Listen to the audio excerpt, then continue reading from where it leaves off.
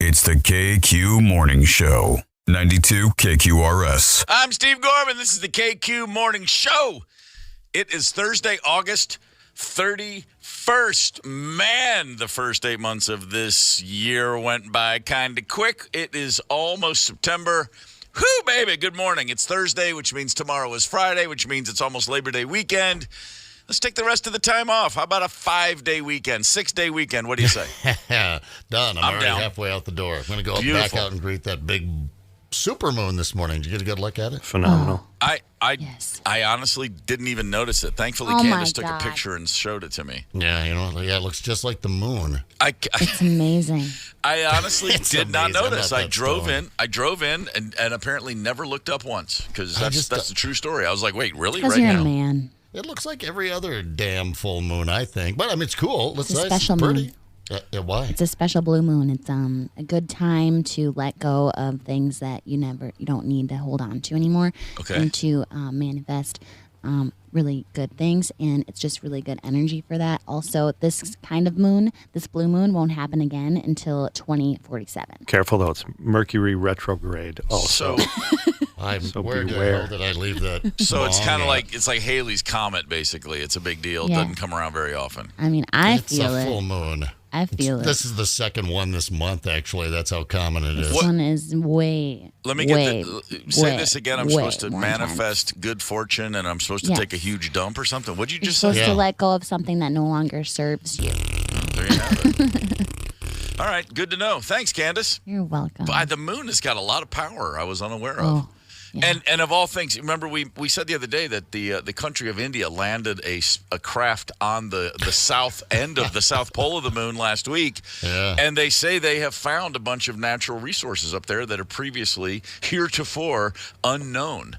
Now, Really? I don't know that that's going to really impact anything. It's still the moon. It's still just a barren rock. But hey, they're excited about it. So yeah, it's the moon's week. What are you going to do? Yeah.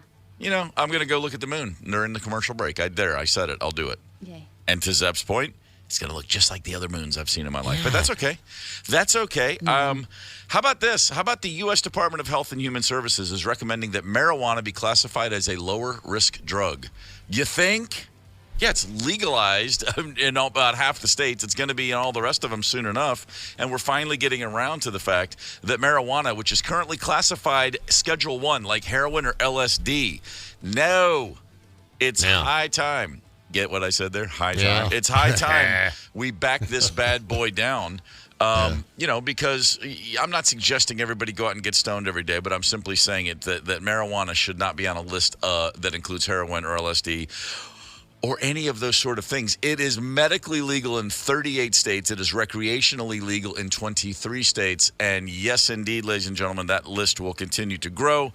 And there you have it. Weed is as weed does. But really what I want to talk about is beer. Specifically, what I want to talk about is a study that says beer goggles. We all know what beer goggles are, right? Do we need to explain the I have concept mine of on beer right now, goggles? yeah. There you What go. is it? Beer goggles, it's liquid courage. You get a few drinks in you, and then suddenly, and specifically, people start to look better than they really do. You get the fuzzy vision, and suddenly, you're like, oh, I like her, I like him, and then you start making decisions you wouldn't normally make. It's generally you just take on the powers of real stupidity with beer goggles. It's kind of like the movie They Live. You put on the glasses, I you love see that who the movie. aliens are, right? And then you speak in a Scottish accent, and then you go fight people. Beer goggles, apparently, after a study, is totally a myth. Here's what they are saying. We don't actually find people in social settings more attractive when we're drunk. However, we are more likely to talk to somebody that we do find attractive. Yeah, you lose your inhibitions. But you won't necessarily see someone as more attractive than you would when you're sober. To which I say, bunk. Yeah, that's Stop BS it. all the way. Yeah, I've literally sat there and watched people that I thought were just very average looking. I'm like, God, she is totally hot now. Just like in one beer, it changed, and I don't think I would have ever gotten laid in my life if a woman wasn't about half there. You know what I'm saying? Blitzed. I mean, honestly. Or if they weren't wearing beer goggles. I was going to say. That's exactly what I just said. Yeah, I don't think I would have ever gotten laid if the woman wasn't drinking. I don't think I got together with a sober woman until recently. That's actually the greatest way to disprove this new theory. It's not about your beer goggles. It's the fact that they're clearly wearing beer goggles. Yeah. I remember the first time I saw a guy take the plastic rings that have that hold the 6 beers in place, and I watched a guy tear them apart so he could fit it around his head, but then 2 of the rings went over his eye, like the beer goggles. He made them like that, and I was like, that's the greatest thing I've ever seen, because he was wearing them in a bar, like I'm wearing these now and I'm looking for love. They did a study and they said they had volunteers look at random photos and rate how attractive people were. And those studies did find that we see people hotter if we've had a few drinks. But then they had people go into an actual bar and talk to real live human beings. And apparently that made all the difference. What made the difference was people knew they were being studied.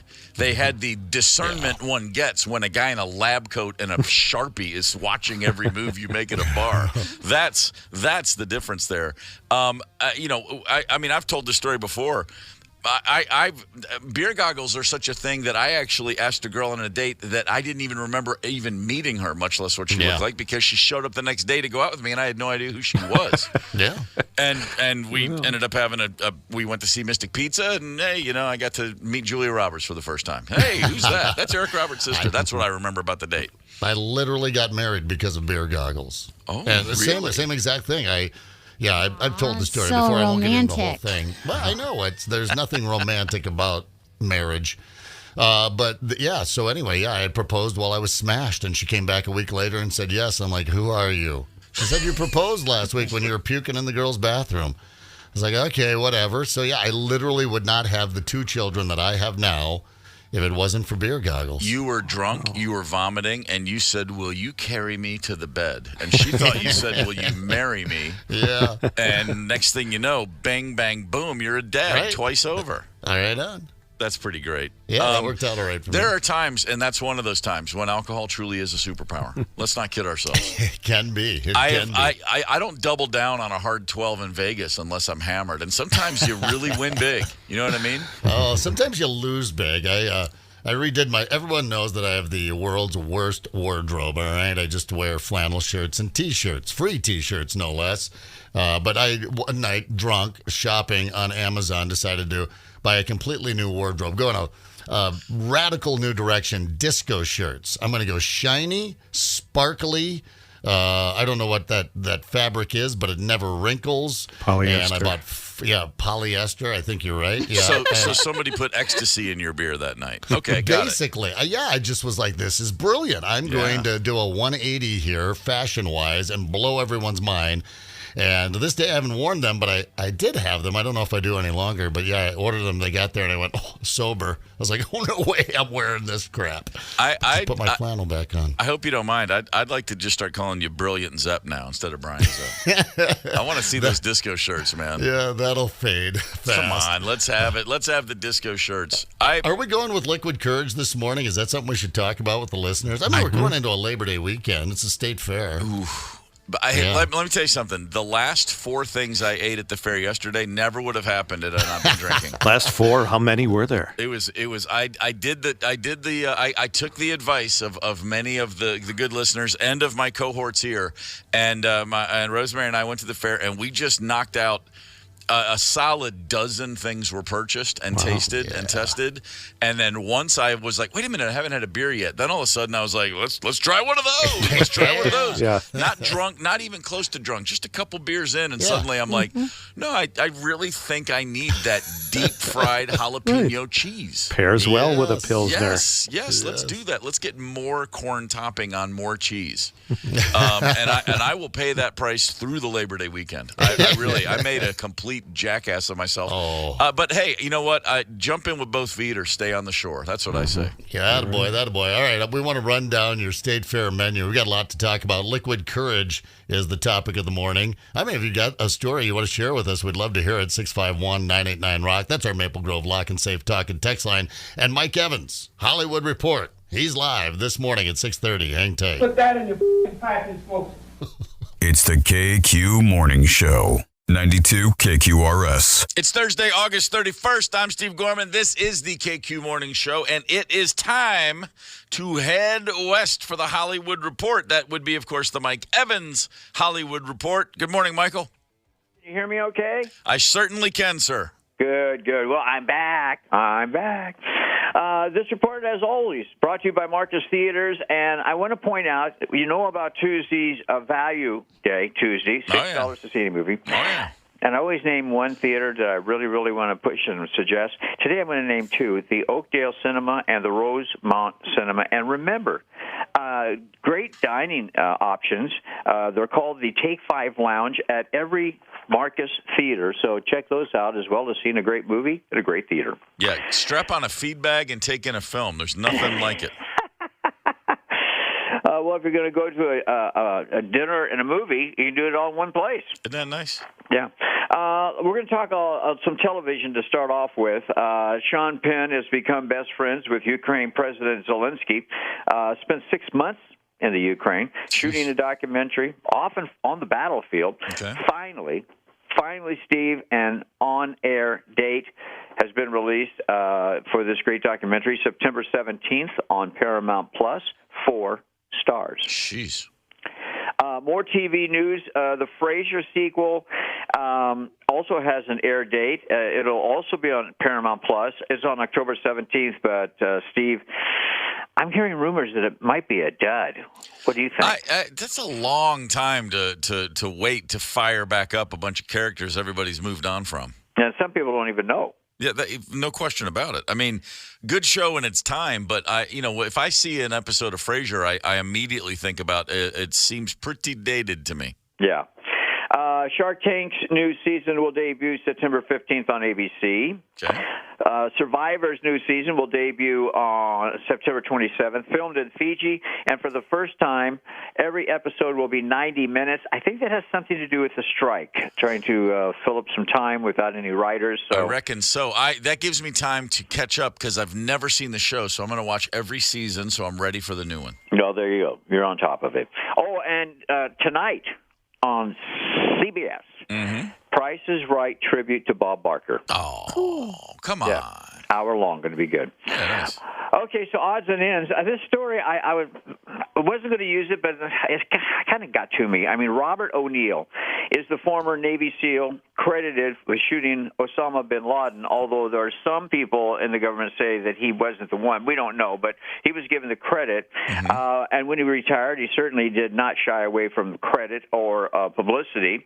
You probably heard earlier this week he was arrested for assault in an alcohol-fueled fight that led to O'Neill beating up a security guard and then calling him the N-word as he stood over him. This is not the first time O'Neill's had run-ins, but he's still doing his infomercial and making a ton of money selling his autographed line of goods, including Afghan currency. You can have one for $500. Autographed Navy SEAL vest, $300. Navy SEAL mask, $300. And there's many, many more available on his website. Real humble hero. Thank you for your service, you classless dolt. Isn't that horrible? It's terrible. It's absolutely disgusting. In fact, trust me, I know just enough to know you ain't supposed to talk about anything you do, much less promote it for the rest of your life. Yeah, and then go out and get fights and use that kind of language at people. I mean, yeah. Nothing that guy does is a surprise to me. I agree. Broadway box office is way down. Theater owners blame the crime with the surge because of the surge of undocumented immigrants being sent to New York City. The mayor says, no, it's COVID, so I'll let you be the judge. I don't know. Giving you the facts. Yeah. Tom Selleck says he still regrets his worst business decision ever. That's 3 times he turned down the lead in the franchise, Indiana Jones. Oh, I thought you were going to say he shaved his mustache. when I was in Hawaii, when we was doing Magnum PI, we was playing a softball league, and he wore those short shorts even when he played in the softball league. By the way, Tom Selleck, nothing against the guy at all. That's not the worst decision he ever made, because had he been in the original Raiders of the Lost Ark, there wouldn't have been a second, third, fourth, and fifth one. It would have been like, homie, that's interesting. Homie. No, it's all about Harrison Ford. Yeah, he is. He carried that whole franchise. Yeah.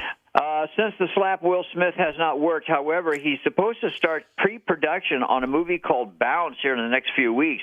Now, the film is about a teenager who makes a wish on Christmas Eve to trade in her family for a new family.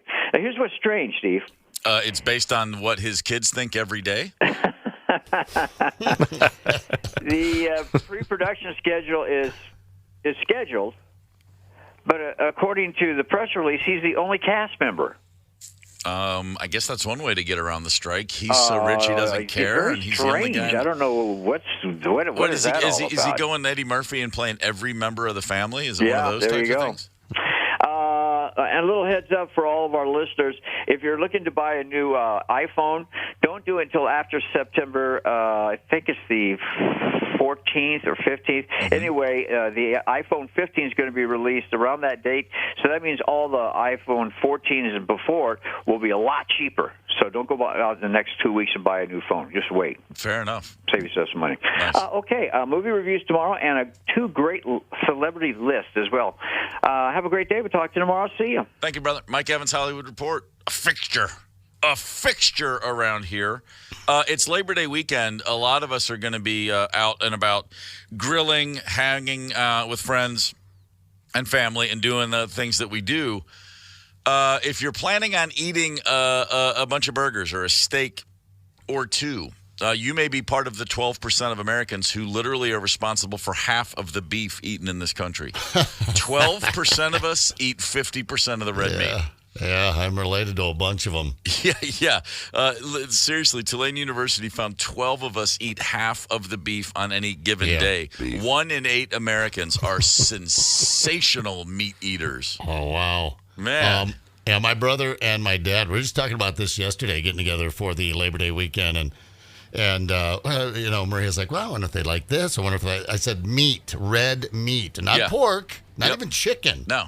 Those good old American standby and staples. Love me some good pork. Chicken speaks for itself, but no, it's got to be beef. She said, well, what about, I said beef, B-E-E-F, beef. You going to fire up the lima beans for Pops? Hell no. The lima bean free zone. If he wants lima beans, stay home. The people most likely to be in that 12% are, not surprisingly, Zep, men between the ages of 50 and 65. Yeah. That's who's eating all the beef. Prove it too, yeah. Yeah, but if you're a man between 50 and 65 and you're eating the majority of the beef in your family, I guess there's a reason it's between the ages of 50 and 65, and that's because a lot of guys eating all that beef don't see 66. I mean, seriously, the arteries are going. Can I get a salad? Can I just get a piece of lettuce in here at some point? But so anyway, just keep an eye out this weekend when you're at the grill. Notice who's getting that third burger and thank them for their consumption. Yeah, don't get me wrong. Love me some beef. Oh yeah, exactly. But mix in all the others too. Yeah. Yeah, that's what I'm saying. Just a little bit of variety is a good thing occasionally. Let's look back. How about a history lesson? I like sports. I know music better than anybody else in this f***ing office. And who are you, old sport? I'm Steve. It is August 31st. On this day in 2001, I guarantee you this name will ring a very, very vague bell in the back of your mind. Danny Almonte. Anybody remember Danny Almonte? The star of the 2001 Little League World Series. Nobody could get a hit off this kid. He was unstoppable on the mound, and it turned out he was 14 when he should have been 12. Oh, now I remember. Yeah. Oh, yeah. Danny Almonte was 14 years old. His performance was erased. His accomplishments were disallowed. It was rough. He was later in his career, I should say. He was drafted by the Mets, and he tried out for the Yankees, never made it in the bigs. He did play with the Southern Illinois Miners of the Frontier League, but only had 6 starts. But good news, in 2006, he did marry a woman 11 years older than he was. So some things never change. Liquid Courage. I'm flattered this morning on the KQ Facebook page. We're talking about Liquid Courage, our old pal. Something ballsy you've done under the influence, good or bad. It's now being called you pulled a Zepp. A couple of people on here asked my wife to marry me, made a move on my now wife, and then Wade replies, you pulled a Zepp. I'll take that. We'd like to hear about your liquid courage heading into the Labor Day weekend. There's certainly maybe some out in front of you. 651-989-ROCK. That's the Maple Grove Lock and Safe Talk and Text line. And then we do have the KQ Facebook post up as well. We'll get to those at 7 o'clock. Hang tight. But I think what I'm most known for is my wiener. It's the KQ Morning Show, 92 KQRS. Zep, Tony, Candace, and Steve Gorman are the KQ Morning Show. 92 KQRS. I'm Steve Gorman. This is the KQ Morning Show for Thursday, August the 31st.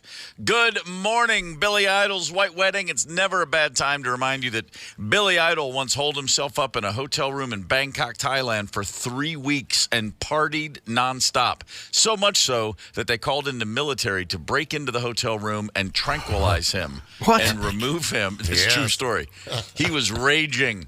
Drug dealers and all of his new best friends coming and going for weeks at a time, and it was a very nice hotel. He had like the top floor penthouse suite, and they kept trying to get in and tell him to turn the music down, and he was like, oh, Billy Idol, I'll do whatever I want. And it went on and on and on, and finally they literally kicked in the door and shot him with a tranquilizer gun. Oh my God. That's and took him to the hospital. story I've ever heard. It's pretty fantastic. Yeah.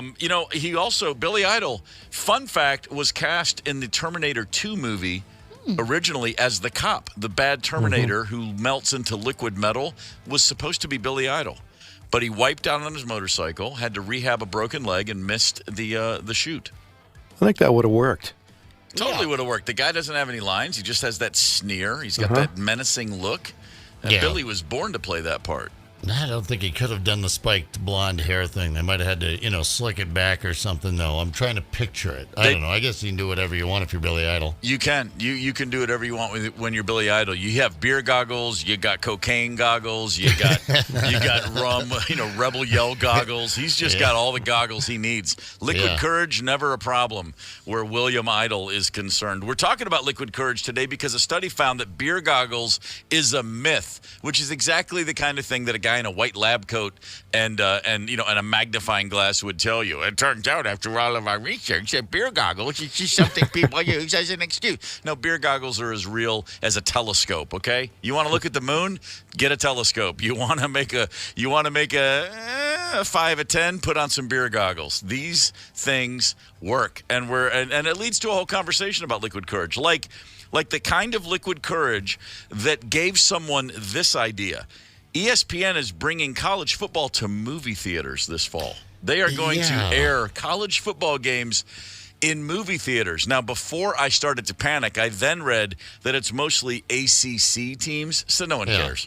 I mean, a North Carolina Tar Heel fan is not going to get into a fist fight with an NC State Wolfpack fan over ACC football. If this were SEC football games, I call the National Guard. As a longtime resident of the South, I literally panicked when I read they were going to put those in college football games. They were going to put those in movie theaters. But it's ACC. It's like saying it's single A baseball. Nobody cares. Yeah, right. I mean, they're going to put the big bowl games up there, but maybe they'll track it and see. I just know when I was young and rabid for college football, this is something I might have done, because I grew up in Pennsylvania as a Penn State kid. Now they're in the Big Ten, but yep. But yeah, I could see me totally getting together. But you're right; it wouldn't be going to watch a movie. I would walk into the theater after some tailgating, drunk with the pals, and it'd be pretty rowdy. The movie theater would look different than it would say after, I don't know, Barbie. You could if you put the Iron Bowl, which is Alabama versus Auburn, in a movie theater and just rolled cameras, that would be an award-winning documentary. Maybe that's it. Maybe we just watch the camera in the movie theater. Yeah, you don't need to see a single bit of the game. Just watch those fans in a movie theater together. Candace, I believe we have a caller on the Maple Grove Lock and Safe Talk and Text line. Brian from St. Paul. Brian, good morning, sir. Good morning. morning. How you doing, Steve? How you doing, Zep and Candace? Hello. Good morning, Brian. What, is Tony an orphan over here? Come on. I'm Give Tony a the little love. orphan. Hi, Tony. Hi, buddy boy. This is Brian from the Man Cave that gets mad at the Vikings and you guys. Okay. but basically, one night I was driving around in my dump truck, and I mean not my dump truck, but my half ton with my buddy, and we were drinking, and we had to go to the bathroom real bad. Well, we decided that this was a good place. It was a big, tall wall, and we were up by Grand. And need behold, we went to the bathroom, so like that. My buddy, he was kind of shy, so he went to the bathroom in the garage, and he put his hand on the car, and he's peeing and all that stuff. Before you know it, cops are flying around us, and we're peeing on the back of the governor's wall. Oops. Oops. You talk about being stupid? Yes. But the sad part is that, because my friend went in the garage to go to the bathroom, they tried to say we tampered with the car, and I said, there's no way. So they tried to push charges on us and stuff like that.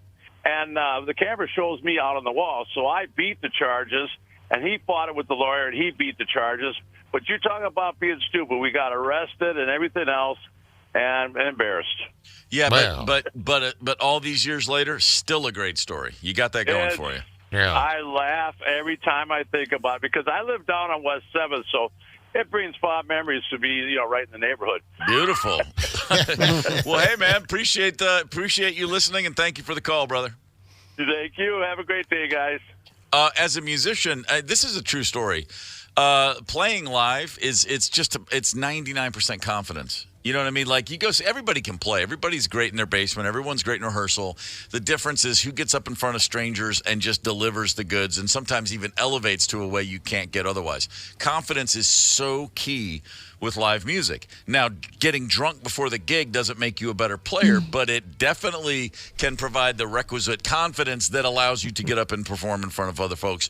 I've got countless days of my life where my former band, the Black Crowes, we would write a song at soundcheck and play it that night in the set.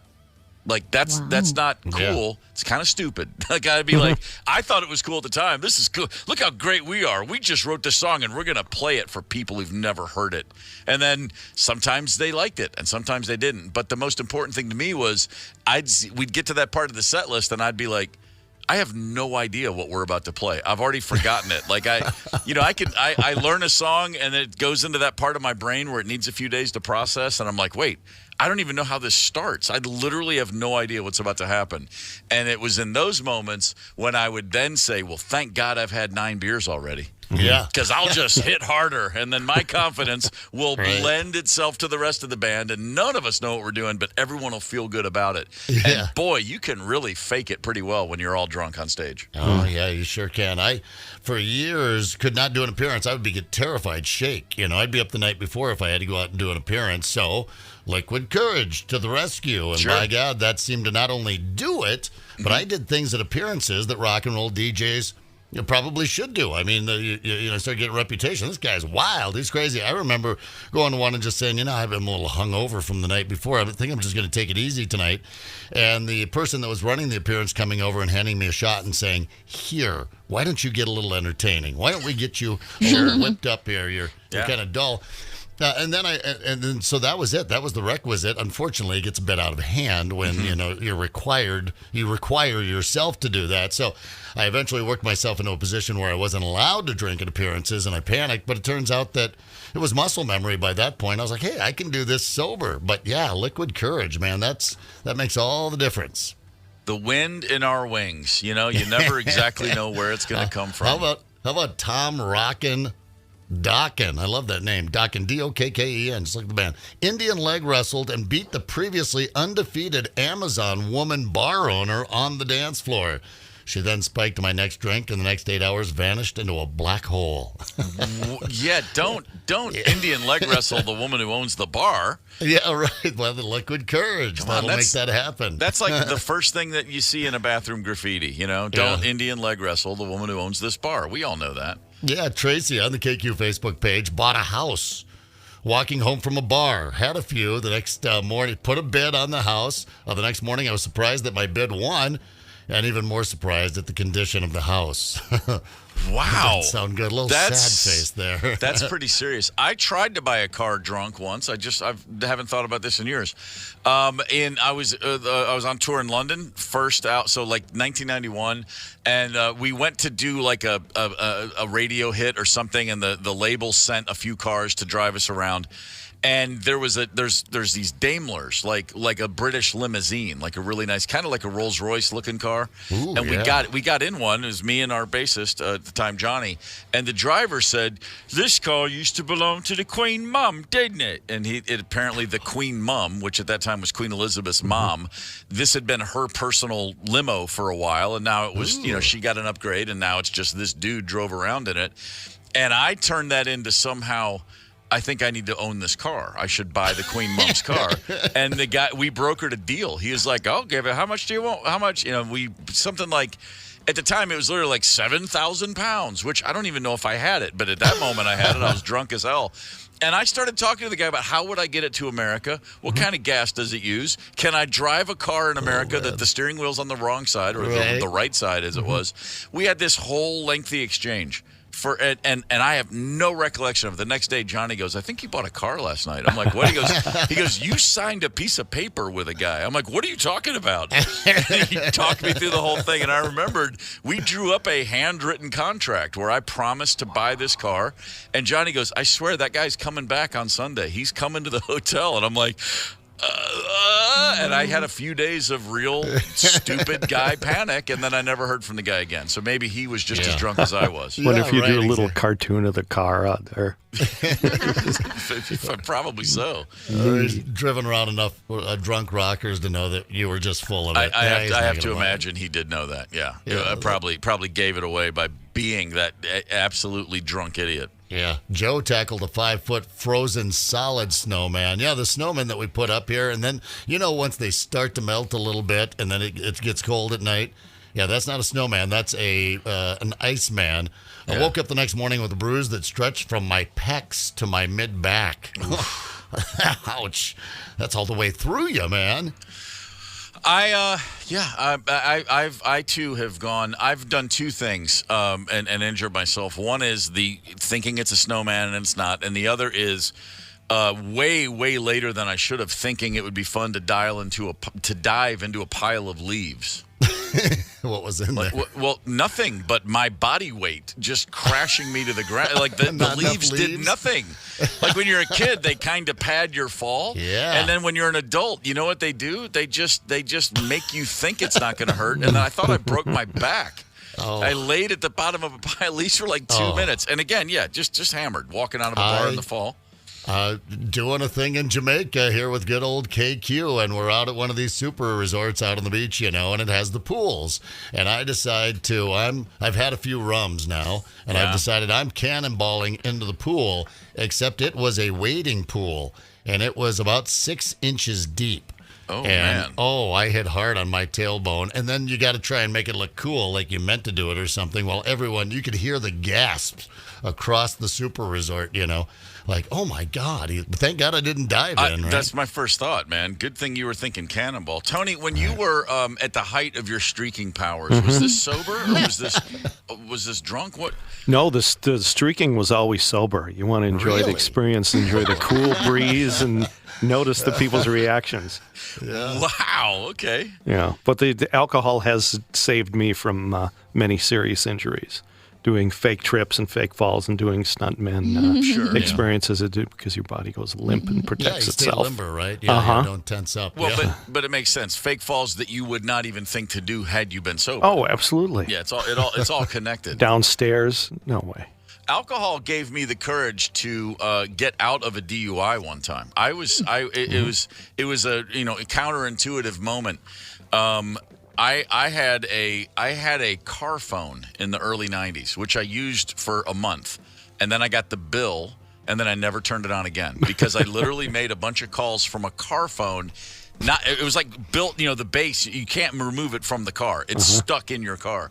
And I was like, oh my God, I can make calls from a car. And I did. And I probably made all told a dozen calls. And I literally got a bill for like $800. And I was like, I'm never turning it on again. Like only in case of emergency. And I walked out of a bar in 1992, and I had no business driving, but you couldn't have told me that. I thought, I'll just short drive. I'll be fine. I got in my car. I turned the car on, and as soon as I turned ignition, there was on the window of the driver, there's a cop knocking on my window. He watched me walk out of a bar and get into a car and turn it on, and I put my window down, and he said, I need you to step out of the car, and I go, whoa, whoa, whoa, and he goes, step out of the car. I said, I'm not going anywhere. He goes, you're in your car. I said, I'm using my phone. I had to make a phone call to call a taxi. Oh, good line. I couldn't believe it. And he looked at me and he said, what? And I said, see, when I turn the car on, see my phone right here. My phone comes on. I'm calling a taxi because I'm too drunk. There's no way I could drive right now. I'm hammered. Smart. And he looked at me, and this guy was just, I could see. He was like, is this real? And he goes, why didn't you use the phone in the bar? And I said, it's out of order. I tried. And he goes, let's go find out. And I said, fine, let's go. And I'm just like, let's do it. There's that confidence. Because I remember at the time thinking, like, well, I can totally say, like, man, I swear to God, I tried. But we walked into the bar. It's called Atkins Park in Atlanta, Georgia. We walked to the back of the bar. He picked the phone off the hook, and I'm looking at him, and I guarantee you I had one bead of sweat just slowly going down the side of my face.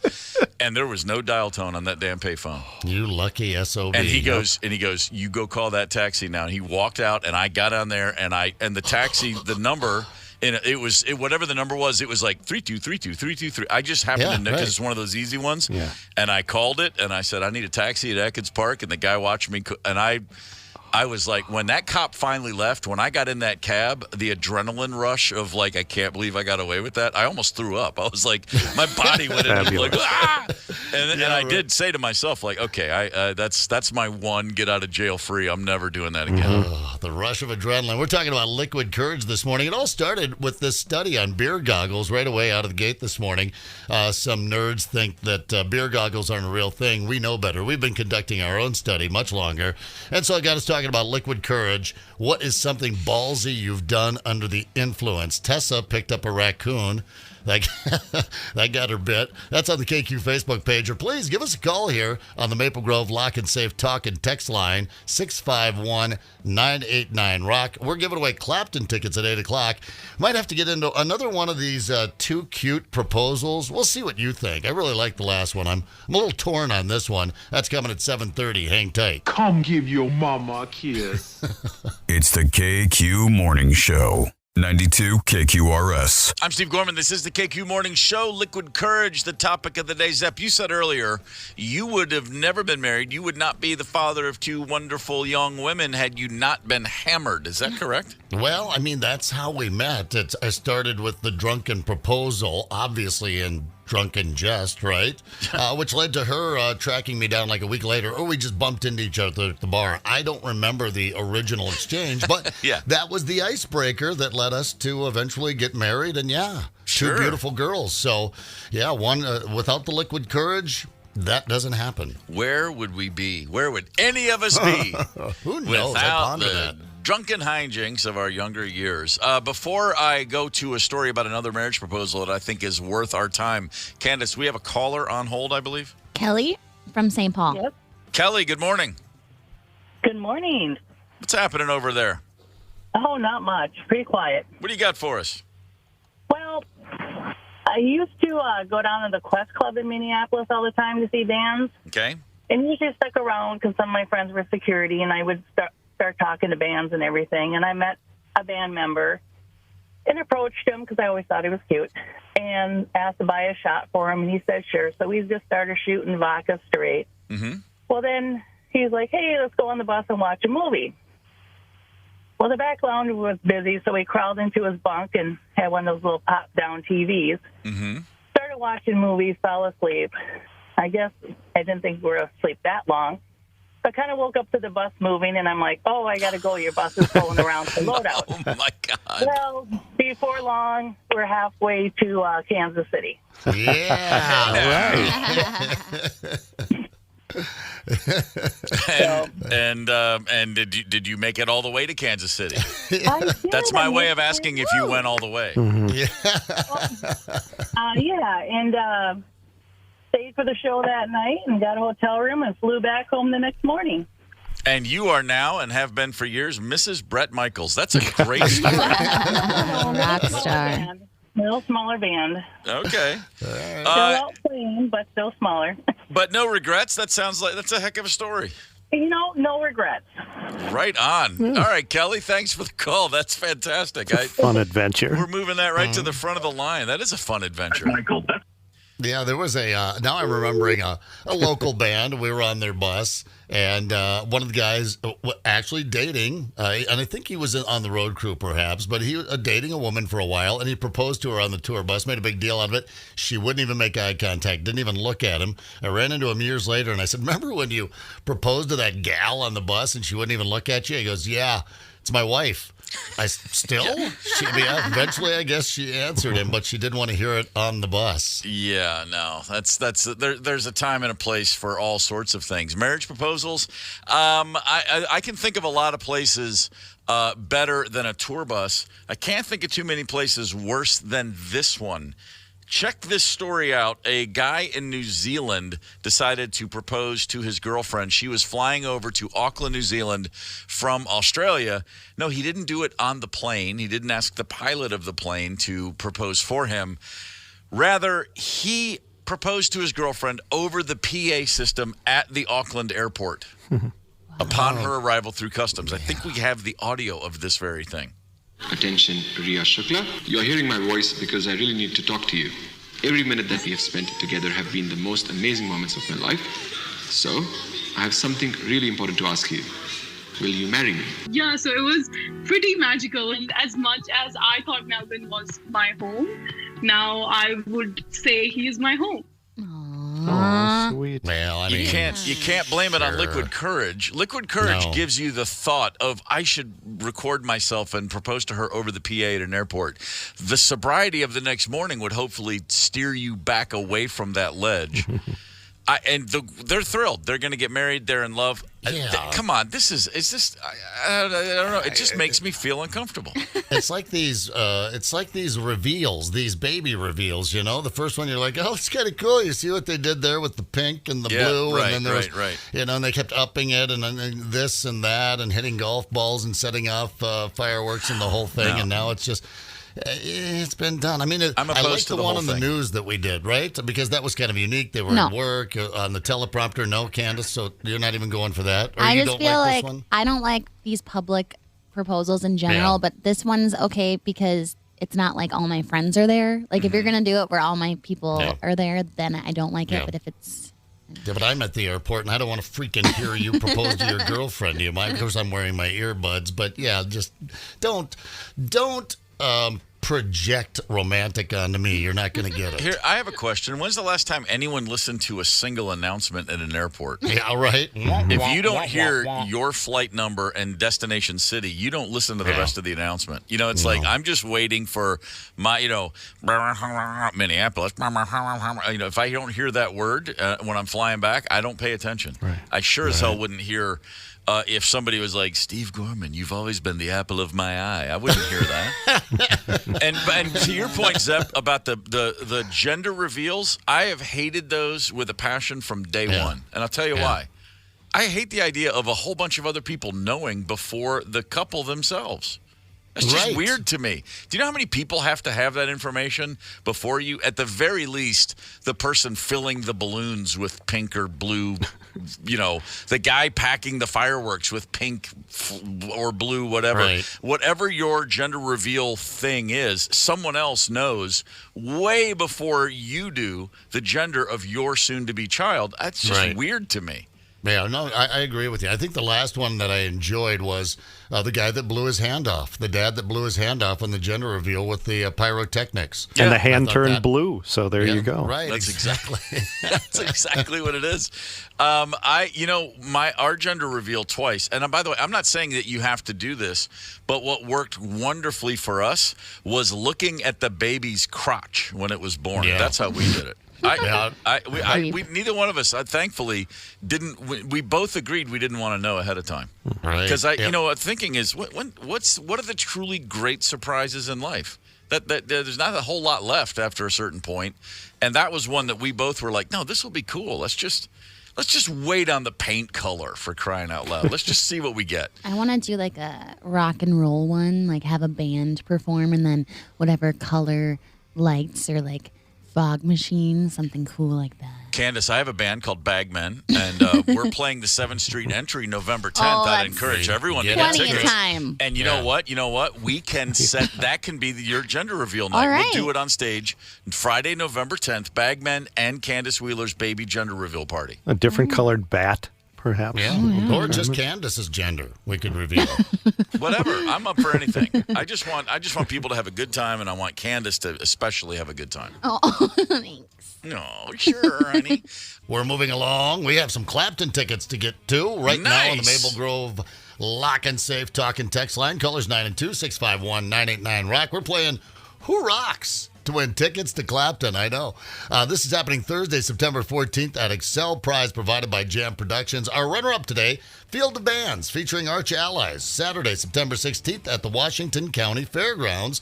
And that prize has been provided by Yellow Ribbon Alliance of Lower St. Croix Valley. 651-989 Rock. Dial up. Good luck. And hang tight. It's the KQ Morning Show, 92 KQRS. Zep, Tony, Candace, and Steve Gorman are the KQ Morning Show, 92 KQRS. I'm Steve Gorman. This is the KQ Morning Show, AC/DC. Dirty deeds done dirt cheap. Somebody did Candace darn dirty done. Someone did her wrong. Listen, here's the deal. We're about to give away some Eric Clapton tickets, and we had 2 callers on hold. One of them just dropped off, so we need a second contestant right now. 651-989-ROCK if you want to play Who Rocks for a chance to win Eric Clapton tickets. 651-989-ROCK. AC/DC, Dirty Deeds Done Dirt Cheap. That's the song from the album that got them an American record deal. They had records out in Australia. They had a European deal. It was Dirty Deeds that finally made someone in the United States go, maybe there's a market for this band. We'll have to see. Yeah. And by the way, and before AC/DC, we heard the Black Crowes, my former band. That's the long and short of it. The tallest band ever, the Black Crowes.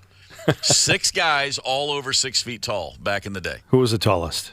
Eddie Harsh, our keyboard player, was 6'4". He had me by an inch. But at the time, in the early mid '90s, what I would call the salad days, the glory years of the Black Crowes, 6 guys on stage, laid end to end, over 37 feet tall. That band. AC/DC, who we toured with in 1991, the shortest band of all time. The Young Brothers are both 5'1". What? No, seriously? Look, I guess I've only seen them on stage. Yeah. But think about it like this: that SG that Angus is playing, it looks like a Ford Pinto against his body. It's huge. You're right. Look at anyone else holding an SG, and then look at Angus holding an SG. It looks like he's got a redwood tree in his hands. Oh man. He and his brother are 5'1". Brian Johnson is 5'5". All right. Okay. You're right. Yeah. I met Brian Johnson and Ronnie James Dio at the same time at this little thing. Yeah. And Ronnie James is about 5'2" or something like that, maybe about that height. And they were both a couple of shorties. You just want to, pick them up. There's a photo somewhere, actually Ross Halfin took it. I got to find, there's a photo of Angus and Malcolm and Brian and the Black Crowes. And it looks like we brought our kids to work that day. I mean, it's unbelievable. I used to say, and by the way, Angus and Malcolm were they're tiny, skinny guys too. They were. Yeah. And I used to say, I guarantee you, I could have had each of them on a shoulder. I could have walked around with them like Charles Atlas with the 2 ladies in bikinis on his shoulders. Yeah. I always wanted to see if I could pick them both up at the same time. But I didn't because, they're Angus and Malcolm Young. Yeah. And you just don't do that. The greatest thing about touring with AC/DC, and I've told this story before, but I'm just going to go with it because we're here. Brian Johnson's favorite movie of all time is The In-Laws. Oh, and right. somehow we discovered that we both shared that. And talking about The In-Laws with him, with his accent, that outrageous Newcastle Geordie accent, and when he says, serpentine shell, serpentine, and he does the lines, they were protected against pilferage from the provisions of the Guacamole Act of 1917. Those lines in that movie from a Newcastle accent, you've not laughed until you've laughed with that. That's great. Absolutely incredible. We toured with him, and then I didn't see him for like 5 years. And I went into a studio in L.A., and I saw Brian Johnson. I said, Brian, Steve from the Black Rose. And he immediately goes, Serpentine! I was like, yes, one of the highlights of my life. Okay, we've got another caller locked and loaded, ready to play. What is the game today, Tony? You want to get some Clapton ticks? Max! We're going to ask you some general fun questions about Clapton, and you choose from multiple choice. And if you pick the right ones the most, you wins the ticks. Wow. It's complicated. It's so simple the way you lay it out like that. All right, the game is Who Rocks. The prize, Eric Clapton tickets, Thursday, September the 14th at the XL Energy Center. Candace, who is caller / contestant number 1? We have Scott from Elk River. Scott from Elk River. Good morning, Scott. Good morning. How are you? Great on this end. Are you ready to play Who Rocks for Eric Clapton tickets? Yes, sir. I like that. Let's do it. Tony? All right, Scott. Number 1. Eric developed his unique skills early on as he, A, tried to sneak into a rock club 13 times before they let him in, B, received a guitar for his 13th birthday, or C, entertained the family at age 13 for his bar mitzvah. I'll try D. D. There is no D. B. B as in boy. Yes, he received a guitar for his 13th birthday. You are correct, sir. That's where it all began. Wow. 13 years old. Mm-hmm. Number 2, what band was Clapton not a member of at one time? A, Derek and the Dominoes, B, the Dirty Mac, or C, Salt and Peppa? I'll try C. You tried. Oh, I could have swore that was his signature. He was their muse. That's the connection.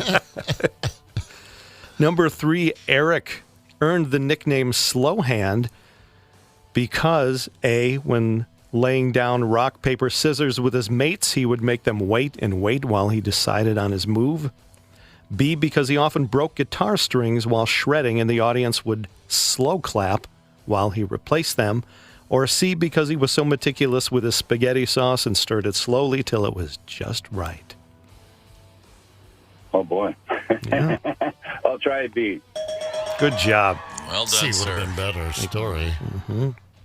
Number 4, because of what he briefly studied in college, if he didn't pursue music, he would have probably become A, designer of stained glass, B, avocado farmer, or C, advertising copywriter.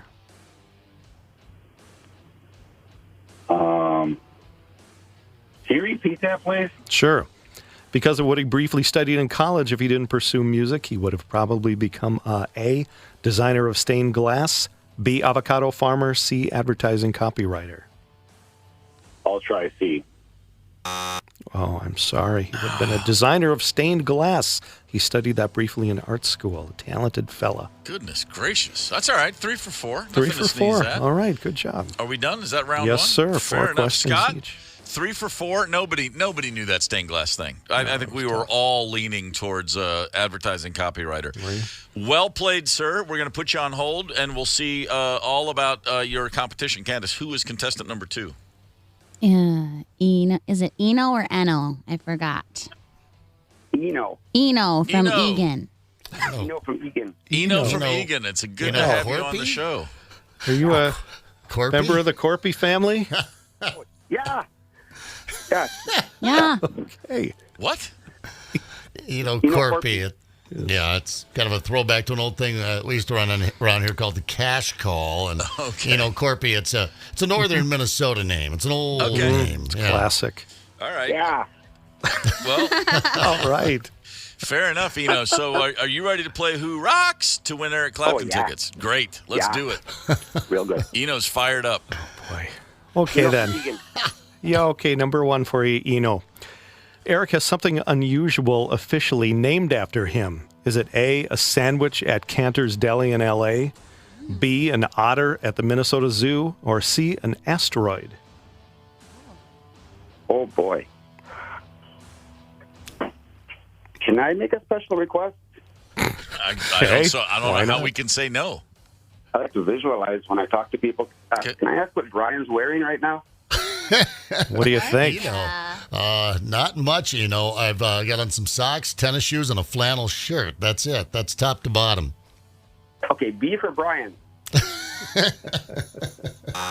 I'm sorry, it's an asteroid. Harvard University named the asteroid 4305 Clapton when it was discovered in 1976. How about that? I was pulling for you, What are you wearing? What are you wearing, Eno? A pair of choppers. Okay. Yeah, Attaboy. I saw that coming. Attaboy. Number 2, during one of his signature songs, when he cries out Layla, he is A, calling his golden doodle to come into the house, B, showing his lust for Patty Boyd, the wife of Beatle George Harrison, or C, calling out the winning entry from the scorecard of a game similar to bingo. I don't want to brag here, but I've read 3 books in my adult life, and one of them was the Eric Clapton autobiography, so I don't mean to scare Eric here, but I'm going to go with B. Attaboy. Good. There you go. Yes, sir. Coming back. Yeah. Oh, yeah.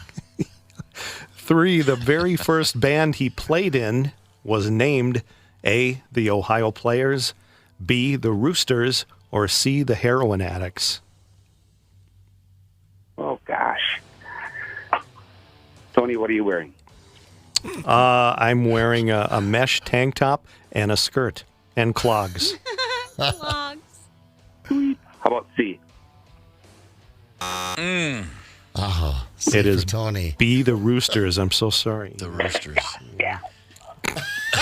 Hey, clean it up, Eno. Come on, Eno. We're still having fun together, and there is a runner-up prize. So let's get this final one. Let's go 2 for 4. Come on, we're on your side here. Here's your last one, bub.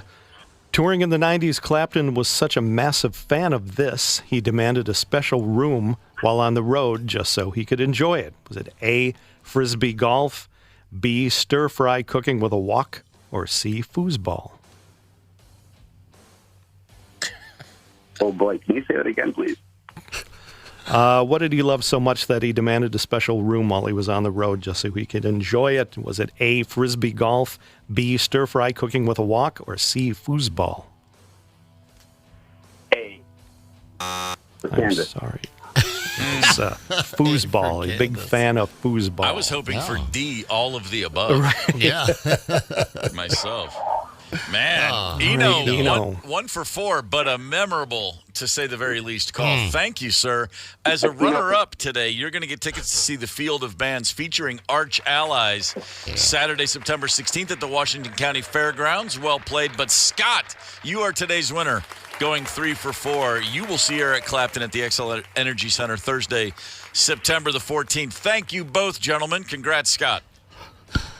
All right. Appreciate it. Thank you much. You got it.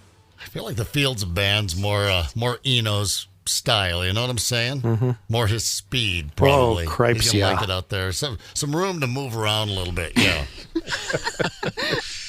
I was there's a part of a piece of London, Surrey, Cheam is the neighborhood. It's south of London, nearby Wimbledon. I don't even know on the map. I just know it's south of like the city center. Mm-hmm. And my buddy Ross lives there, and I was visiting him at his house.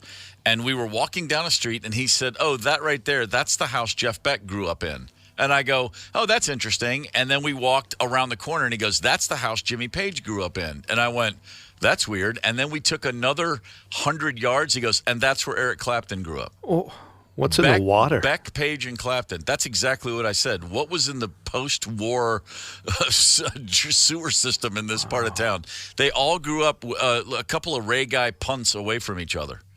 I mean, those that's a great reference. Literally incredible. Explain that to Candace quickly. Ray Guy, one of the great 40 punters. to 60 yards. Yeah, every time. Just boom. Is right as rain. Solid as Sears, that Ray Guy. And used to kick, too. For some reason, I'm on YouTube watching a playoff game between the who the heck was it? Anyway, maybe it was Kansas City Raiders. That's why I was watching it, that old rivalry from like 75. And Ray Guy was kicking off too. I don't remember that as a kid. Maybe just for a season. Wow, I have no recollection of that. No, Blanda wasn't. He would have probably been around in 75. No, Blanda might have been around. I don't remember. Might have still been kicking the old straight-on kick with the square-toed shoe. Yeah. But in that game, Ray Guy was kicking. Wow. Ray Guy, I believe a Savannah, Georgia man, Ray Guy. Yeah? Either Savannah or Augusta, Georgia, I believe. Name another punter. Call me crazy. Another punter. I know. Keith Joyner, Hopkinsville High School, class of 83. Okay. Yeah, that's what I would have said, too. Hey, 92 KQRS is live at the Minnesota State Fair through Sunday. You can stop by the KQ Outdoor Lounge at the corner of Cooper and Lee and pick up a brand new bag of KQ gear. I would recommend it. We're going to have a chance for you to win a Liberty Safe. Oh, yeah. Or airfare to the destination of your choice. Plus, every day, a shot to win $100 in free groceries. Complete contest rules at 92kqrs.com. Swing by, say hi. All thanks, and of course, this whole thing sponsored by our friends at Minnesota Roofing Company. Thank you, Minnesota Roofing Company. Here at 7:30, I normally bypass these kind of stories because weird names, we've heard them all, right? The Social Security Administration has officially confirmed the lid has come off society. We're looking at the weirdest list of names from 2022, and what the hell is going on out there with you young parents? That's coming at 7:30. Also, we've been talking about liquid courage this morning, getting us in and out of problems, beer goggles, that kind of stuff. If you have some liquid courage, story you want to share with us, you remember enough of the details, it's on the KQ Facebook page. We're also taking callers, 651-989-ROCK. That's the Maple Grove Lock and Safe Talk and Text line. Hang tight. I'm not that intoxicated. It's the KQ Morning Show. 92 KQRS. I'm Steve Gorman. This is the KQ Morning Show. It is Thursday, August the 31st. This weekend, as in tomorrow night, September 1st, and Saturday, September 2nd, over at Laugh Camp Comedy Club, David Harris will be performing and appearing. And David Harris, a lot of you don't know, the president of the Duran Duran fan club, and he's now in studio with us, getting ready for the big gig tonight at the fair. What's up, brother? Hey, I don't know if I'm the president, but I'm going. Well, you never know. You might get the opportunity. You're ready for it. Duran Duran tonight at the fair. You're excited. Yeah, I am, actually. I was hoping it was going to be Depeche Mode, but that's fine. Duran Duran's cool. English band, starts with a D. Yeah. Come on. Yeah, you come take on. what you can get. Yeah, my name starts with a D. I'm like, I only see bands with the name starts with D. Sorry about... As long as... No, it's quite all right. As long as Devo's on the list, we're good. The original great D band. So you're a local guy for the most part. Mm-hmm. You're at the Laugh Camp Comedy Club, and what the Minnesota State Fair. This is something you've been to many times, I'm assuming. Oh yeah. I live there now. It's great. I love it. I'm a big guy too. I'm not fat, but I'm not skinny. Right. Okay, I'm fat. So, listen, it's just no reason to split hairs here. My doctor, yeah. Listen, back in the day, we would have said the word husky. Husky would have come to mind. Yeah, either way, it's not good. But yeah, no, I love it. I'll go eat everything there. I just love it. But they thought of you ahead of time because it's so big. You walk off all the pound. That's a lot. You're burning a lot of calories in between corn dogs and Pronto Pups. Yeah, it's true. Since the pandemic, I've actually been walking an hour a day. That's true. Yeah? Yeah, I've also been eating 8 hours a day. Right. So it's a balance. Yeah, it balances out incorrectly. So are you on a fluctuating weight thing, or are you pretty much holding steady? I think I'm holding steady, and it's starting to go up slower and slower.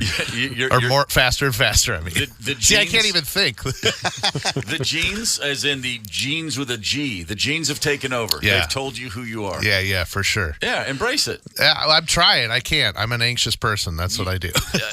Whether you can't, even if you can't get your arms around it anymore, get your arms around it. You know what I'm saying? My doctor's like, David, you weigh 275, okay? That's as heavy as you can get. Okay. I'm like, you want to bet? Yeah, exactly. You know? Well, you said you've got some anxiety. That's an anxiety-inducing for a doctor to lay down a gauntlet like that. Yeah, and it's already anxiety when you're gaining weight, and then it's more anxiety when you gain it, and then it's a what do they call that? It's a perpetual motion machine. Yes, self-fulfilling prophecy. All of those things. Yeah, that's exactly what that is. But you're going to get on stage tomorrow night and laugh about it in front of a bunch of strangers. That's right. What you do. That's right. I'm like, please love me. Maybe I'll lose some weight. Come on, man. That hole, that gnawing hole, it's been filled over the years. You've been doing this a long time. No, I'm lucky. I have been performing a long time. I actually started when I was 15 as a magician. That's what I started with. Hang on now. Yeah. Back off, ladies. Yeah. Watch out. Yeah, that's the why. 15-year-old magic scene. Is it good for the girls? Yeah. Well, I'm single, so. Okay. But back in the day. Yeah, back in the day. Yeah, they liked it. What was so magic? 15 years old. Did you get a magic kit? Would it start with something as simple as that? Yeah, I actually I started with there were magic kits. You go to the magic store. There wasn't this online stuff, and so you were like, yeah, this is cool. I saw this magician come to my grandparents' country club. Don't worry, they were rich. We weren't. But he stuck a needle through a balloon, and it didn't pop.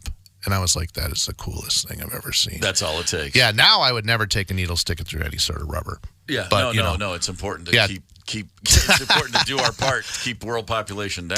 Ta-da, baby. No, thank you. Now, and then that was it. You saw that. You said, I got to get in on that. Was there ever a top hat and tails involved? Were you dressing up as a magician? As a kid magician, you're like, that's what you're supposed to wear. Yeah, of course. So yeah, I can see it. Did you have the rings? Did you do? I didn't do the classic ring thing, but I did like cards and coins and kids parties, of course. I'll still do your kids party, $300. Oh, really? Okay, just kidding. Okay. What about the? I'll if you have cake, I'll come though.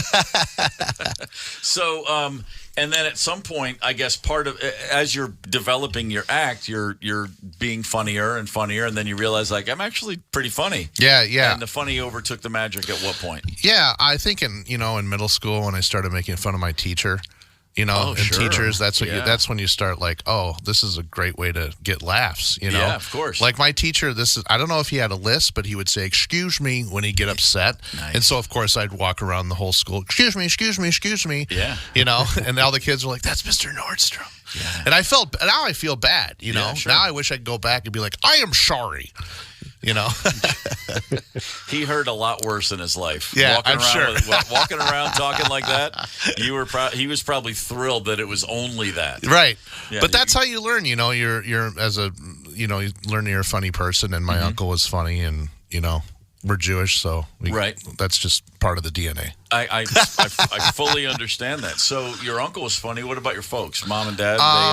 Were they full of fodder for you? Full of fodder, yeah. I'm a worry. My mom's a worrywart too. Like if I didn't come home on time in high school, you could have been splattered all over the highway. Sure. It's like, or I could have been at Adam's house, another option. Yeah, but exactly. I wasn't. I was grinding on Kim in her hot tub, but I could have been staring at the clouds and making shapes in my mind. I could have had a creative moment. But yeah, straight to splattered on the freeway. Exactly. She's if there's a drop of bad weather, little bit of rain, time to get in the basement. Really? It's like, Mom, nothing's ever happened. It's like everything's the base, the cure-all. It's like, oh, yeah, right. Little bad weather, basement. Chicken pox, basement. Really? Like divorce, separate basements. Honey, help your father. He's digging a new basement. We're on the outs. The cure-all in my house was just Neosporin. It didn't matter what happened. That's true. A scrape while gardening, helping pull weeds, or just a heartbreak. Your girlfriend breaks up with you, honey. Let's put some Neosporin. Yeah. She's like, swallow this. Yeah. So basically, what you're saying is your mom was just grooming you from day one to be a comedian. Yeah, to be anxious 24/7. Yeah, to go process all of this in person in front of strangers. That's it. Yeah, like even if there's like the power went out in the middle of the night, she'd wake everybody up. Get up, the power's out. Are you serious? Yeah, it's like, well, we wouldn't have known had you not woken us up. Go back to bed, crazy lady. Call don't go to bed. I've never heard that before. That's fantastic. Yeah. It's like, she's like, I'm calling the power company. I'm like, great, call them. I guarantee there's a message on there. We're aware, Mrs. Harris. Exactly. Go back to bed. I have a close friend whose mom is from the same side of the street, if you will. Yeah. And she didn't know how to swim, and she was so terrified of the water, and her thinking was, well, if I don't teach my kids to swim, they'll never go near the water, therefore they'll never drown. And it was like, well, actually, or you could just get them swimming lessons, right. and then they just. But no, it was like no, and they grew up on Long Island. They were like surrounded by water, but the whole thing was no. If you never learn to swim, you'll never go near the water. It's like, so now my buddy's like in his 40s. Like, have you ever tried to learn to swim as an adult? There's nothing more terrifying. Now, he has to like stay 20 million feet away from any sort of body of water. Yeah, he doesn't even take baths. Did you grow up in this area? Yeah, I'm from the Twin Cities. I grew up in New Hope. Okay. And now I live in Robbinsdale, so one suburb over. Right. Eventually, I'm going to move 2 suburbs over. I was going to say, have a party. It's going to be crazy. You've got long-term plans. Yeah.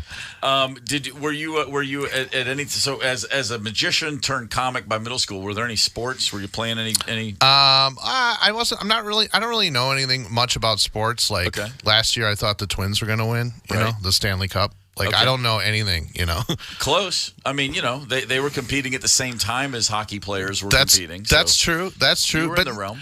But no, I mean, I played tennis, if that's a sport. It is. So. That's what they tell me. What about music? Were you? I'm really a guy's guy. I played the piano. Attaboy. Hey, it worked okay for Billy Joel. Hey, that's true. Yeah. So as a kid growing up in the Twin Cities, first concert you ever went to that you remember, what was it? You know what? I think it was at the State Fair. It was the Jets, I think. The Jets? The Jets. I was probably 5, I'm missing. Who are the Jets? Local family grouping, kind of like the Jacksons. Oh, really? Wow. I've got a crush on. Was that Janet Jackson? I'm getting mixed up. Oh, I gotta. No, I think you're right. I think that was a Jets. Yeah. All right, I got a rabbit hole to go down to the Jets, and then probably Belle Biv DeVoe after that. Oh, hell when I was 13, I went with my dad. Really? Is that crazy? It's weird. It's like they're going, "Do me in the morning." It's like me and my dad are there. Yeah, it's like, okay. No, okay, I get it. Weird. Cool dad. And the whole time you were there, your mom was like, "Where are they? Why aren't they?" Exactly. Can you imagine if you had cell phones with your mom? I mean, that locator would have never been turned off. Oh yeah, they would have thought it was part of another instrument because they're just hearing this sound going off. People were smoking pot in front of us. My dad was like, "Hey, cut that out!" Really? He's like screaming at people. I'm like, "Oh my god, Dad!" Oh man, we gotta leave. Did you hit any big rock shows as a kid? Like, did you ever get out to see, at the arena, the dark, the pot smoke is just filling the arena? Any of those? I know I'm on a rock station. I should have named some. Oh no! I can't think of. I can't think of it right now. No, your experience is it's authentic. Fine. I it's went to yours. Taylor Own Dane it. last night. Yeah. Yeah, Candace was rocking at First Avenue with Taylor Dane last night. Yeah, I get it. I think that was my first CD.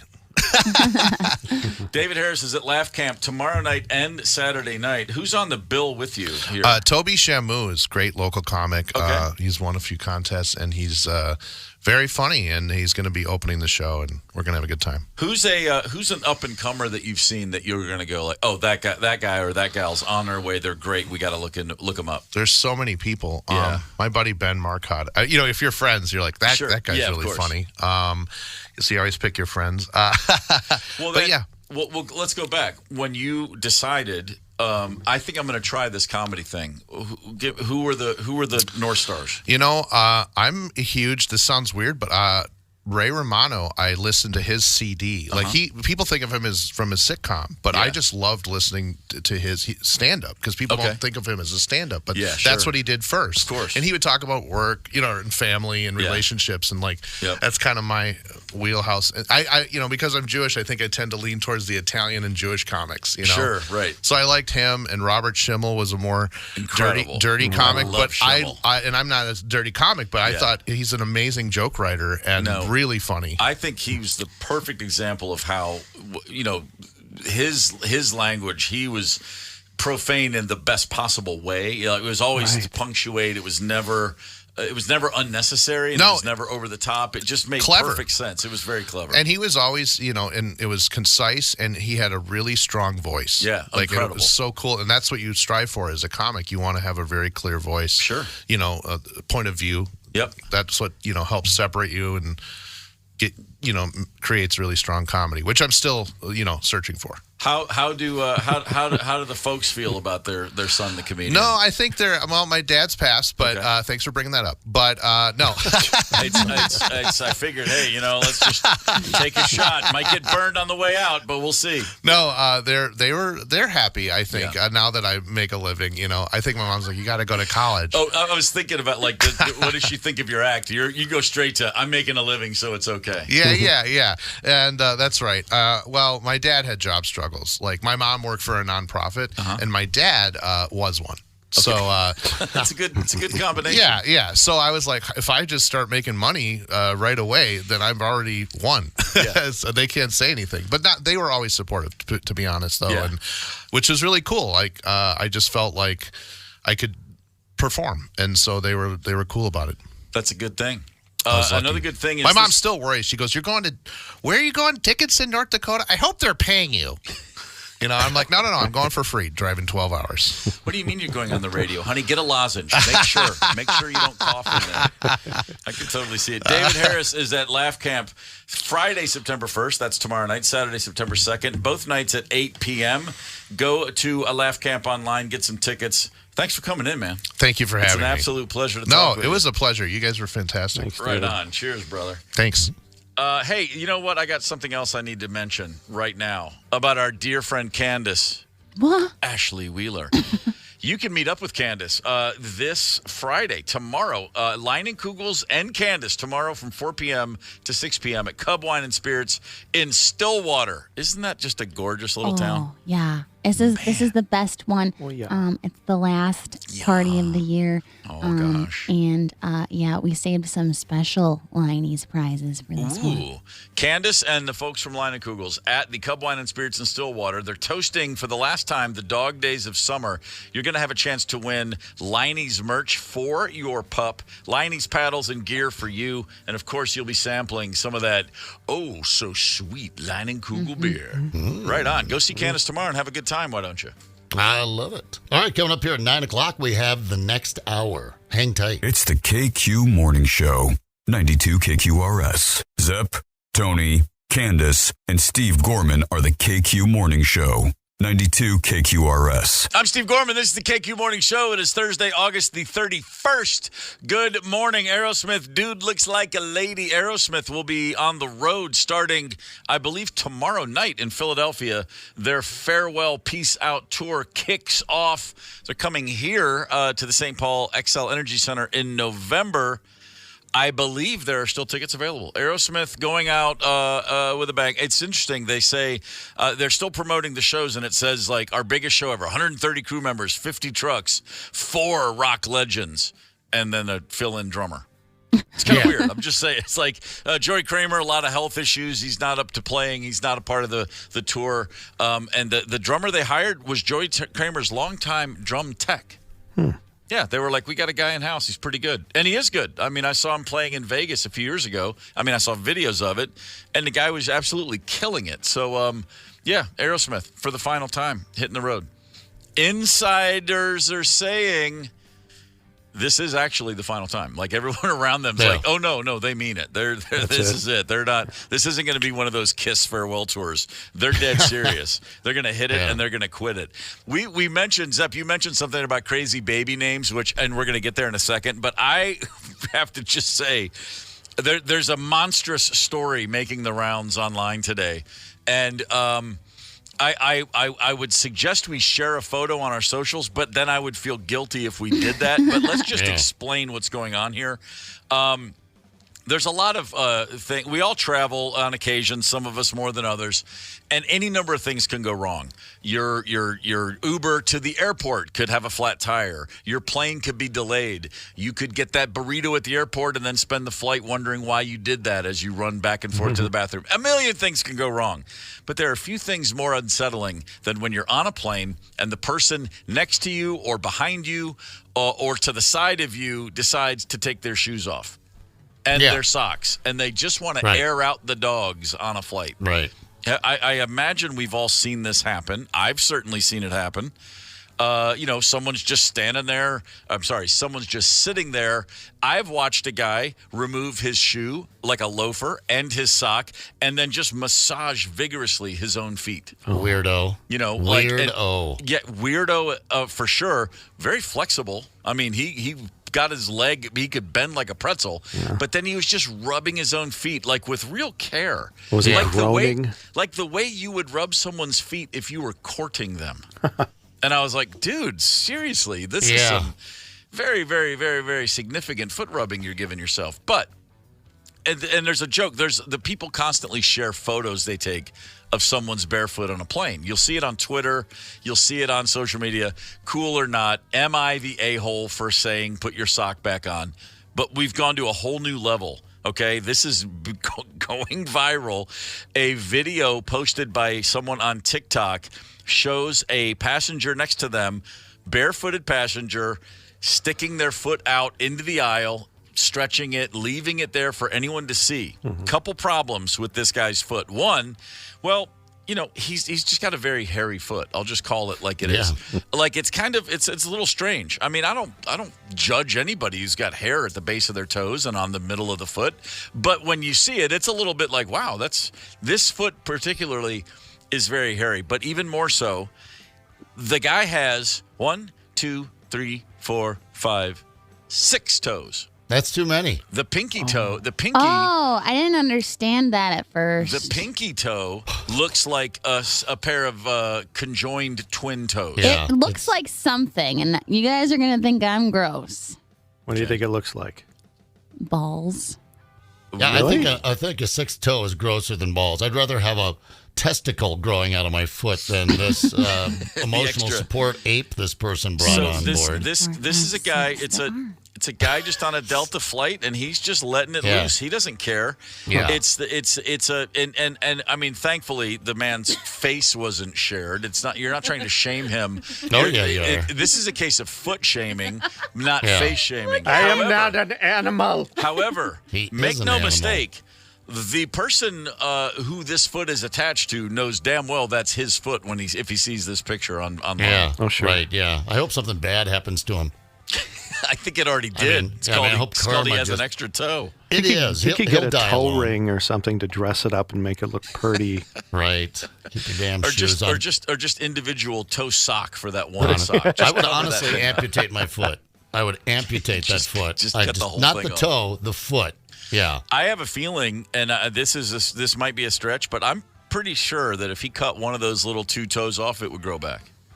Yeah, probably. This is a starfish hybrid we're looking at. He's not self-conscious though. That's interesting. That's hot. No, he's a douchebag. Not at all. I think you leave. I mean, as Candace, you've mentioned that you have translucent, misshapen feet yourself, but nothing like this. I mean, your feet look like Cinderella sliding into a slipper next to this guy. Yeah, I mean, my feet have their issues, but I have the correct amount of. They've seen better days. Now, Are you sure? Have you counted? Because you didn't see this one right away. I didn't get it. I thought it was just. I thought that the second to the last toe was just a little curved in. I thought it was fine, but it's not. This is pretty rough. But again, the question just comes down to whether or not you have hairy, extra-toed feet or not. Is anybody cool with the idea of barefoot on a plane? I'm not. No, I don't even like sandals on a plane. Yeah. Keep them covered. And by the way, the other thing too is, when I've seen people remove shoes, if you're on a long flight, your feet, anybody's feet will swell a little bit, and it's a little your shoes aren't nearly as comfortable when you're putting them back on. I've done that on a long flight. I'll take the shoes off. I keep socks on. or I'm never going barefoot, and I certainly don't leave my seat without shoes. I have watched people walk up the aisle of a plane and use the lavatory in bare feet. And I just think a bathroom on a plane in bare feet? Yeah. Ye gods. Yeah. I mean, Track that come on, into your pandemic. home. Yeah, Let's get another pandemic going. That's exactly what it is, a foot-demic. Honestly, if I saw this foot on the plane, I'd kick it. I'd go by and just, I'm sorry. Did I kick your weird, freaky foot? Put What your kind of shoes a on. noise do you think you would make if you kicked his foot? Oh, if the guy's got the extra toe, if you step on his foot, he goes, yeah, hey! It's like that. It's a hi-yi, a large hi-yi. That's what it sounds like. Caw. Man, I tell you. That reminded me of an anomaly. I saw that when I was a kid. I was in this candy store in Montana, and I saw a girl who had one nostril, just one big nostril right in the middle. Are you serious? Yeah. Uh-huh. From cocaine abuse? No, she was just a youngster. Like a horn. Oh, I thought you were saying like someone who just, you hear about people who just wore out, like Stevie Nicks, who just wore out that septum. Nose caved in. Yeah. My wife and I were in New York City in 1996 or 7, and we were walking into our hotel through the revolving door, and it was local tie-in. It was a Sunday morning, and we had gone to see Fargo. Okay, then. They had a 10 a.m. showing on a Sunday morning in New York City. We saw it in the paper. Coen Brothers' new film, Fargo. Hadn't heard about it, had no idea what it was about. Walked in, and boy, seeing that movie without any preconceived notions, one of the great film experiences of our lives. We walked out of the theater. We're both just like blown away. Yeah. This is the greatest thing I've ever seen. Yeah, okay. Get back to the hotel, and as we're entering through the revolving door, as we're pushing into the revolving door, and then it stops, like it got stuck on someone's foot. You'll see sometimes the door will just stop because somebody gets stuck. And I looked down, and there was a little girl exiting the hotel as I'm entering through the same revolving door, and the door had bumped up against her foot, like hit her in the back, and the door just stopped itself. And I take all this in. It's like a 7 or 8 year old girl, and she's wearing like a onesie, still wearing jammies. And I'm like, that's just all going through my brain. And she looks up at me through the revolving door. I look down, she looks up, and I'm like, are you okay? Okay.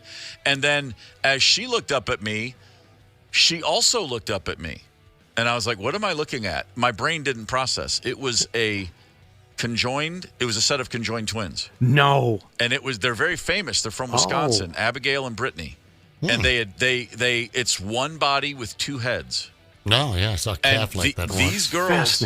These girls were in New York to go on Good Morning America, and it was their coming out for the national media because they're from this little town in Wisconsin, and everybody kind of kept it quiet because they were living a normal life, but they look like it's basically, it looks like a one person with two heads, and that's who was in the revolving door with me. And Rosemary when they stepped out of the revolving door, she was waiting to enter it. So we both just saw this and then walked into the lobby, and we looked at each other, and I still couldn't make sense of what I'd seen. I was like, what is happening? And the entire lobby, for like 40 people, dead quiet. They'd walked through, and everybody had the same response, which was just to stand there and go, what is happening? It really threw my brain for a loop. Yeah. Right. It seems cruel that they would do that to those girls. I mean, right? I mean, what do you mean? What am I missing? Drag them out into public, show them off. Let's put them on TV. Look at the freak show. Well, no, but because what happened was the National Enquirer or some similar paper found out about them, and they were snooping around in their hometown, and word got out, and they were like, "Well, these girls are famous. You can Google them. Their names are Abigail and Brittany. They're everywhere." And the family decided, well, hang on, we want to control the narrative. They do have a normal life. They're living, It's not normal. Well, but as much as could possibly be the case. Yeah. But I can tell you this: just seeing that unexpectedly, it truly, it was like my brain did not process it. I was so confused for a solid minute before I went, I think I just saw a person with two heads. How surreal! And just to see both blinking and responding. Two faces looking at me like, "Hey, mister, we're okay." Because I thought I'd run them over with the revolving door. Fascinating. It was really, really something. Yeah, that's wild. And boy, that's a long way around. We were gonna we can just do this quickly because there's nothing to say other than what the hell's wrong with people. The Social Security Administration's official list of baby names for last year. Just going to give you a few. These are real names in the United States of America. A lot of girls named Minnow, like SS Minnow. Mm-hmm. I know a minnow is a fish, but it's also the boat from Gilligan's Island. Sure. That's all I see. Banksy. No. Yeah. As in the artist. The artist, yeah. Delight, Delight. That's not going to be problematic in middle school.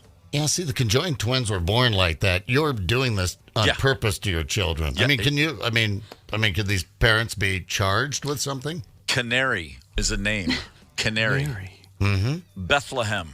Right. How about this? Chai, as in the T, Chie. Hey, Chai. I mean, come on, folks. It's a cat. Boys' names, equally odd. Barley. Barley. Forget a dog. It's a dog's name. Dragon. All right. That's now he's just cool. getting his ass I'm not kicked. making this. Yeah, no kidding, man. If you are not a martial arts expert and your name is Dragon, you're asking to have a problem. Or you Could can be be like super the boy lazy. named Sue. Yeah. How about this one? Fender. Fender. All right. Repeat. I mean, there's so many things. Rooster, Chaos, Ruckus, Crash, Chaos. Lancelot. These are all words. Good These one. are all literal names given to children in this country last year. And finally, there is a boy somewhere out there whose first name is Awesome. Oh, did he name himself? Yeah. Awesome. Yeah. That's a kid who in 6th grade will have like posters of Lamborghinis on his wall Yeah. and stuff. Uh-huh. Like, that's Yeah. awesome, man. I want one of the cars. That's awesome. That's absolutely fantastic. Hey, 92 KQRS live. I said alive. I'm here to tell you.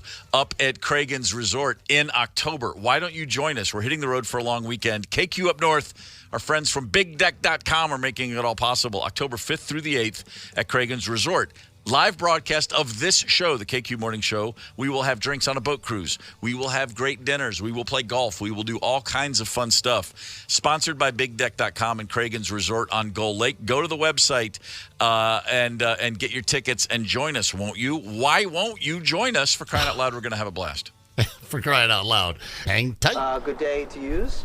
Good day to use. It's the KQ Morning Show. 92 KQRS. I'm Steve Gorman. This is the KQ Morning Show. It is the final day of August of 2023. Whew, baby, the fair rolls on through Labor Day. And boy, what a beautiful day it is going to be today. The heat comes back tomorrow, but man, if you can get out to the fair today, you are going to be in good shape. I know, I'm jealous. The only day that I'm going, so I have all these friends coming into town, and we're going to go on Saturday, and now we're going to go on Monday, and guess what Monday is? A Monday. It's a and Monday. It's guess Labor what Day. else it is going to be? Hot? 101 degrees. Is it really? Nice. So I'm being forced against my will to go, so I'm going to have to bring. man. But a nice listener came and gave me a gift when we were down there last Friday. It's one of these like neck kerchief things, and you freeze it. Right, sure. So I got that. You can go into Ye Old Mill, cool off in the dark, cool waters. I got to talk to you guys about. Is blasting air conditioning. Yeah, In there. I'll go in there too. But yeah, so Steve goes to the Minnesota State Fair yesterday. Yeah, and he right. gets all these foods, these first time things, the classics. And he refused to go in the Ye Old Mill. And that is so disrespectful. I stood outside of Ye Old Mill. I looked in. I watched other people who seemed to be enjoying it. I just didn't feel the need to join in the fun myself. Didn't want to hop on a rude. rickety old wooden boat in the dark. Yeah. The oldest attraction at the Minnesota State Fair. Right. I couldn't help. Right. I couldn't help that thought of like there's E. coli in the lakes. I don't know. Yeah. It's Oh my just God. gross fair water. I didn't Nothing feel good good happens about in it. there. Yeah, it's Minnesota kids. Somebody grows up from Minnesota. They like Ye Old Mill. The rest of us get in and go, oh, okay. So have you been outside of the state of Minnesota ever in your life? Yeah. By the way, It's Candace lame. is, and so I'm not there by myself. First of all, I'm there with Rosemary. But Candace is texting me. Have you been in Ye Old Mill mill yet. Go to the mill, all caps. Go to ye old mill. I'm like, yeah, easy. Just say Psycho you did. cult member. What the hell happened to you in that ride? The oldest attraction at the Minnesota State Fair. It's called Respect. Did you ever make out in there? Candace? Maybe. Okay. Speaking of old and respect, I was born in the mid '60s. Okay, I know what happens in rides like that. I'm just saying. I'm clearly over it. It's fine. It was no, but we did have a fine time, and we did the thing. We did get way more food than you could ever finish, and have a few bites of a million different things. Some good, some less than good, but it was fun, and we did enjoy ourselves. It was nice. There, have I fulfilled my obligation to the fair foodies? I mean, I get it. It's hilarious actually watching all the different people eat all the different foods. Yeah. That in itself is a bit of a show. But I did because again, not from Minnesota. To your point, Zepp, you can tell when someone's from here. I was watching people order like pronto pups and like. The look on their, I could tell, like they'd been thinking about it and really thinking about it and really thinking about it. And the excitement, I was like, man, I guess if I were, let's see, I'm trying to think. I spent my 10 to 21 those years I was in Kentucky. There's a sandwich down there called a hot brown. Maybe if I was ordering a hot brown, but I never really liked that either. Yeah, I don't know. That in Minnesota. It could get crude. I guess if I were getting myself a mint julep on Derby Day, it would look like people getting that pronto pup yesterday. Mm-hmm. It was exciting. Yeah, kind of right. I felt connected to my Minnesotan brethren.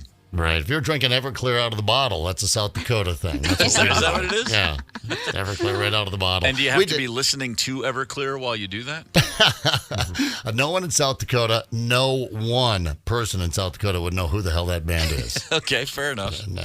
That's good to know. Yeah. Quickly, we talked about, remember last week there was a kid here in somewhere in Minnesota who was fishing and he landed a wallet that had like $2,000 in it. Oh, right. Yeah, he pulled it in. He thought it was a big fish. Turned out to be a waterlogged wallet. Found the original owner, returned his cash. It was a nice story.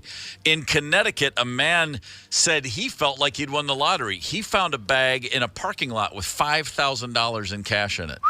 And he looked around and said, well, hey, man, your trash is my treasure. He took the money home. 3 months later, he gets a phone call. This is in Trumbull, Connecticut. It's the police, and they're like, yeah, you took the money. You're going to jail. It turned out it was money from a bank. It was in a bag that was clearly marked with the bank's insignia. There were apparently, quote, numerous documents inside identifying the rightful owner of the cash as that being the town of Trumbull. It was the town's account from this bank. The dude who's lived in that town like for most of his life, he's a 56-year-old guy named Bob, and he's like, I didn't notice any paperwork. I just saw a bag of cash and thought it was my lucky day. I didn't plan it out. I didn't take it. Was just there in a parking lot, and now he's facing charges. He's pretty upset. He runs a dog training business. He's keeping the good dogs of Trumbull, Connecticut on the straight and narrow path, and now he's never had a criminal record. He says, look, my customers can vouch for my integrity. He was charged with third-degree larceny, a felony. Punishable by up to 5 years in prison and $5,000 in fines. And were the bills marked? I mean, how did they nail them? They just said I don't know. Maybe he tried to spend it, but why would the city have marked bills? It seems. I just feel like this is a total. What do you call it? Entrapment situation. They were just probably like, let's drop a bag of $5 large and see who takes it. Bob did what everyone would do, but want to do. Bob did what everyone would do. He started talking about it. Found $5,000, and Bob, come on. Bob, you're lying. You knew that. You saw the paperwork in there. You saw it in the bank bag. You knew it was a bank bag that had fallen out. Someone had dropped it or something like that. But that's cool. They get the $5,000 back from him. He's a local guy, and send him on his way. Thanks for the reality check. You're right. That's exactly what happened. He started chirping, didn't he? Yeah, he told someone. Everyone always tells someone. Spent a little time in jail. 99 out of 100 are in there because they open their mouth. Yeah, it's key. Listen, all you budding criminals out there, just keep it to yourself. That's the lesson. I know you want to brag day-to-day. about it. It's exciting, but no. Yeah, probably for the best. Hey, let's look back. How about a history lesson? August 31st in 1969 on this day, I did not know this. Rocky Marciano died in a plane crash. The only heavyweight boxer to ever retire undefeated. It was pilot error. He was just in a plane with a guy who really didn't know what he was doing. He had been retired for over a decade. Rocky Marciano, 49 wins, 0 losses. 43 of those 49 wins by knockout. Ooh, baby. By the way, he was born Rocco Marchegiano, but early in his career, a ringside announcer was mangling his name so much, he thought I should probably do something a little easier for people to pronounce. Yeah. Rocky, gone on this day in 1969. Of course, his life story was not the inspiration for the film Rocky, but Sylvester Stallone definitely knew that's where he took the name from for his title character in that film. On this day in 2001, in the Little League World Series, a pitcher named Danny Almonte blew away the world. He threw a no-hitter and a perfect game during the playoffs. His team ended up finishing third, but he was the story of the tournament.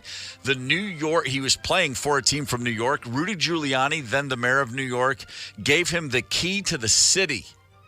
And then they found out there's a reason he was striking everybody out. He was 14 years old pitching against 12-year-olds. Oh, yeah. Every year makes a big difference at that age, doesn't it? Huge. Every year makes a difference, and every 2 years makes a huge difference. Yeah. They struck all of his records from the record books. Danny Almonte went down in flames. But in 2006, he did marry a woman 11 years older than him. So, that just sort of made perfect sense, if you ask me. The KQ Morning Show, 92 KQRS.